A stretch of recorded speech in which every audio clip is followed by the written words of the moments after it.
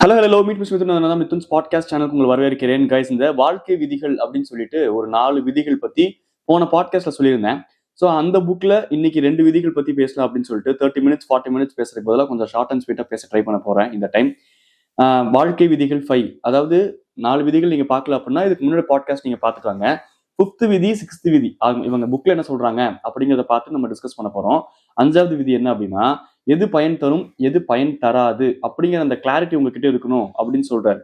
6வது விதி என்ன அப்படின்னா, உங்களோட லைஃபை வந்து நீங்கள் அர்ப்பணியுங்கள் அப்படின்னு சொல்லிட்டு சொல்றாரு. இப்ப இது ரெண்டுமே வந்து ஒன்னோட ஒண்ணு இன்டர்ரிலேட்டட் தான். அது எப்படின்னு சொல்றேன். ஃபர்ஸ்ட் அவங்க என்ன சொல்றாங்க, எது பயன் தரும் எது பயன் தராது அப்படிங்கிற கிளாரிட்டி நம்ம கிட்ட இருக்கணும் அப்படின்னு சொல்றாரு. ஃபார் எக்ஸாம்பிள் அவர் என்ன சொல்றாரு அப்படின்னா, இப்போ ஆர்டிபிஷியலான சில திங்ஸ் இருக்குல்ல, சில எக்யூப்மெண்ட்ஸ் இருக்குல்ல, அதுக்கு தான் வேல்யூ கொடுக்கணும் அப்படின்னு சொல்லிட்டு நான் அதுக்கு வேல்யூ கொடுக்க ஆரம்பிச்சேன் அப்படின்னா அது எனக்கு பயன் தருமா அப்படின்னா, ஒரு ஒரு ஓவராலா ஒரு பிலாசபிக்கலா பார்க்கும்போது அதுல வந்து நம்ம கவனம் செலுத்துறதுக்கு பதிலா, இப்போ அந்த ஆர்டிபிஷியலான திங்ஸே வச்சுக்க கூடாது, ஆர்டிபிஷியலான லைஃப் ஸ்டைலே இருக்கக்கூடாது. இப்போ வாழ்க்கையில வந்து 4 விஷயம் நம்மளுக்கு பயன் தரும் அப்படின்னா 40 விஷயம் நம்மளுக்கு பயன் தராது அப்படிங்கிற சில விஷயங்கள் இருக்கும். அது டிபெண்ட்ஸ் ஆன் த ஒவ்வொருத்தரோட லைஃப்பை பொறுத்து. நம்மளுக்கு இந்த விஷயங்கள் முக்கியம், இதுதான் நம்ம லைஃப் அப்கிரேட் பண்ணுது, இது வந்து ஒரு பிளஷர் கொடுக்குது, ஹாப்பினஸ் கொடுக்கல. பிளஷர்ங்கிறது ஷார்ட் டேர்ம்ல நம்மளுக்கு கிடைக்கக்கூடியது, ஹாப்பினஸ்ங்கிறது லாங் டேர்ம்ல நம்ம யோசிக்கக்கூடியது, அந்த உண்மையான சந்தோஷம் அப்படிங்கிறது. ஸோ பிளஷர் ஹாப்பினஸ் ரெண்டுமே பேலன்ஸ்டா இருக்கணும். ஹாப்பினஸ் தரக்கூடிய நிறைய விஷயங்கள் வந்து உங்களுக்கு முக்கியமான விஷயங்களா இருக்கணும். அந்த கிளாசிபிகேஷன் அந்த கிளாரிபிகேஷன் நம்மளுக்கு இருந்தால் போதும். இப்போ ஒரு உதாரணத்துக்கு சொல்லணும் அப்படின்னா, இப்போ டெய்லியும் கன்சிஸ்டண்டா வீடியோ போடணும் அப்படிங்கிறது தான் எனக்கு முக்கியம், அந்த கிளாரிட்டி எனக்கு இருந்தால் போதும்.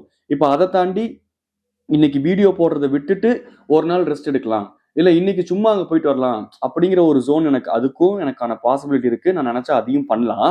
ஆனா இது ரெண்டுல எது முக்கியம் அப்படிங்கிற கிளாரிட்டி எனக்கு இருக்கும்போது அதை நான் இம்ப்ளிமெண்ட் பண்ணும்போது லைஃப் வந்து அப்கிரேடா போகும். ரொம்ப ஒரு சிம்பிள் ஃபார்முலா மாதிரி தானே இருக்கு. அதுக்கு இவர் சொல்லியிருக்க எக்ஸாம்பிள்ஸ் தான் சூப்பரா இருக்கு. இப்போ அவர் என்ன சொல்றாருன்னா, ஒரு டிவி சீரியல் பாக்குறத நான் தப்புன்னு சொல்லல. ஒரு டிவி சீரியல் பாக்குறது அதுவும் ஒரு விதத்துல ஓகே தான், முக்கியம் தான், அது ஒரு ஸ்ட்ரெஸ் பஸ்டர் தான், அதுவும் லைஃப்ல ஒரு பார்ட் தான், அதுவும் இருக்கணும் தான். ஆனா அதை கம்பேர் பண்ணும்போது, இப்போ நீங்க உங்க ஃப்ரெண்ட்ஸ் அண்ட் ஃபேமிலிஸை நேர்ல போய் பார்த்து அவங்க கூட டைம் ஸ்பெண்ட் பண்றது, இப்போ இது ரெண்டையும் ஒரு தராசுல வச்சோம் அப்படின்னா, இல்ல டிவி சீரியல் பார்க்கறதா எனக்கு முக்கியம் அப்படின்னு நீங்க முடிவெடுக்கிறது உங்க லைஃபுக்கு யூஸ்ஃபுல்லா இருக்காத ஒரு விஷயத்த நீங்க ப்ரையாரிட்டைஸ் பண்றதுக்கு சமம். இல்ல ஃப்ரெண்ட்ஸ் அண்ட் ஃபேமிலிஸை நேர்ல பார்த்து அவங்க கிட்ட ஒரு குவாலிட்டி டைம் ஸ்பெண்ட் பண்ணலாம் அப்படின்னு நீங்க யோசிக்கிறது, உங்க லைஃப்ல எது முக்கியம் அப்படின்னு நீங்க நினைக்கிறீங்களோ அதுக்கு நீங்க ப்ரையாரிட்டைஸ், உங்க டைம் எனர்ஜி எல்லாத்தையுமே அதுக்கு ஸ்பெண்ட் பண்ண போறீங்க. அப்ப எது நம்ம லைஃப்ல முக்கியம் முக்கியம் இல்லை அப்படிங்கிற கிளாரிபிகேஷன் இருந்தாலே எது நம்ம லைஃப்ல முக்கியம் அப்படின்னு நமக்கு தெரிய வரும்.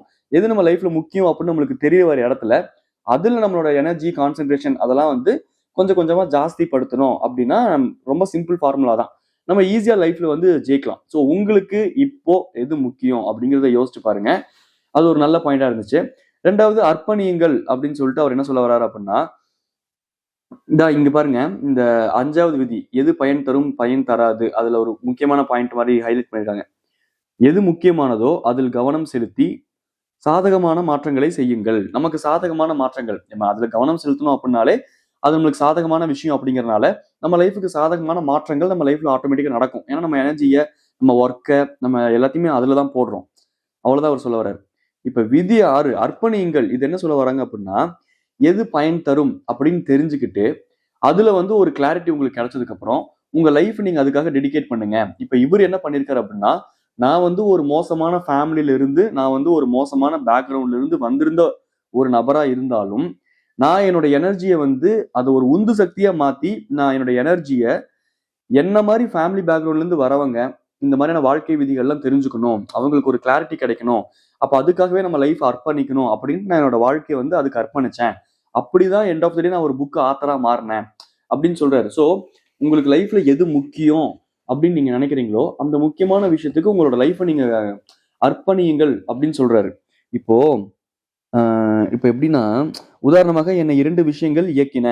இப்போ என்னைய வந்து 2 விஷயம் வந்து எனக்கு உந்துகோலா இருந்துச்சு என்னோட லைஃப் அர்ப்பணிக்கிறதுக்கு அப்படின்ட்டு அந்த 2 விஷயம் சொல்றாரு. எது அவருக்கு புள்ளியார் சொல்லியா இருந்துச்சு அப்படின்ட்டு.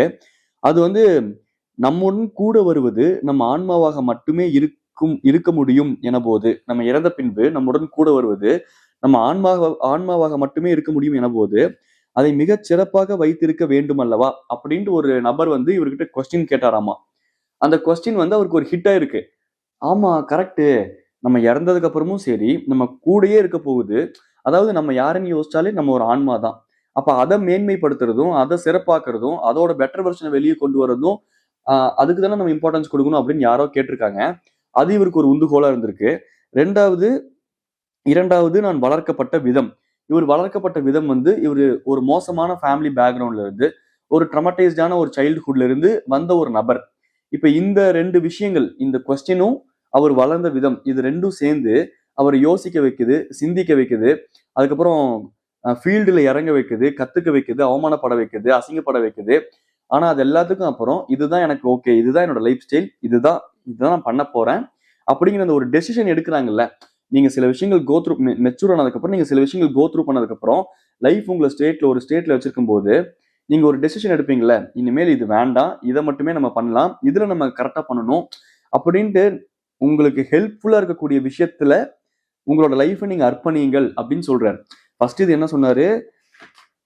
எது பயன் தரும், தராது அப்படிங்கிற கிளாரிட்டி உங்களுக்கு இருக்கணும். அந்த கிளாரிட்டி உங்களுக்கு வரும்போது, எது பயன் தரும் அப்படிங்கிற அந்த விஷயத்துல, உங்களோட அந்த குட்டி, குட்டி விஷயங்கள் நெறைய உங்களுக்கு பயன் தரும். ஆனா ஓவராலா ஒண்ணு இருக்குல்ல.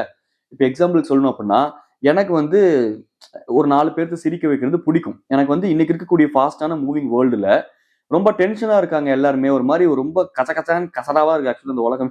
சாரி கொஞ்சம் கலோக்கியல் லாங்குவேஜ் விட்டேன் நடுவுல. சொல்றேன். ஒரு மாரி கொஞ்சம் கசகசன்னு இருக்கு இந்த உலகமே. கொஞ்சம் நிறுத்தி நிதானமா நிப்பாட்டி கொஞ்சம் எல்லாருமே கொஞ்சம் லைஃப ரசிக்கணும். கொஞ்சம் அவ்ளோ வேகமா ஓடணுங்கிற அவசியம் இல்ல. அப்படின்னு நினைக்கக்கூடிய ஆள் நானு. 2வது என்னால எனக்கு கொஞ்சம் நான் நம்புறேன். எனக்கு கொஞ்சம் ஓரளவுக்கு ஹியூமர் சென்ஸ் இருக்கு.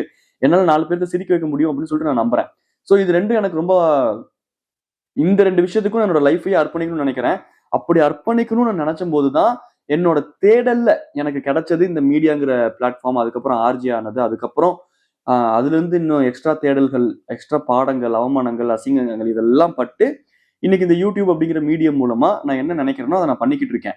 ஆனா இன்னும் முழு மனசா பண்றேனா? நான் நினைச்ச அளவுக்கு அது இன்னும் ரீச் ஆயிருச்சா? அப்படின்னா, அது இல்ல. அதுக்கான ப்ராசஸ்ல தான் நான் இருக்கேன். அது வருஷக்கணக்குல அப்படிதான் இருக்கேன். சரி அத சொல்றேன். பட் அதுக்கு என்னோட லைஃப் அர்ப்பணிச்சிட்டேன் இல்லையா? சோ எனக்கு எது முக்கியம்னு யோசிச்சு ஒரு கிளாரிட்டி வந்ததுக்கு அப்புறம், அது ஓவராலா இதுதான் நான் பண்ண போறேன். பண்றோம் அவ்வளவுதான். அரவிந்த் சாமி சொல்றது தாங்க. வாழ்க்கையில ஒரு ஐடியா எடுத்துக்கோங்க. அந்த ஐடியாவையே வாழ்க்கையா மாத்திக்கோங்க. அப்படிங்கிற மாதிரி தான். எதுக்கு ரஜினி சார் வாய்ஸ்ல எல்லாம் பேசுறேன்னு தெரியல அரவிந்த் சாமின்னு சொல்லிட்டு. சோ இந்த 2 விதிகள் இதுதான். இன்னும் அடுத்தடுத்து போக போக அடுத்து ஒரு 3 விதிகள், 4 விதிகள் சேர்ந்து படிப்போம். ஓகே. பாய். டாடா.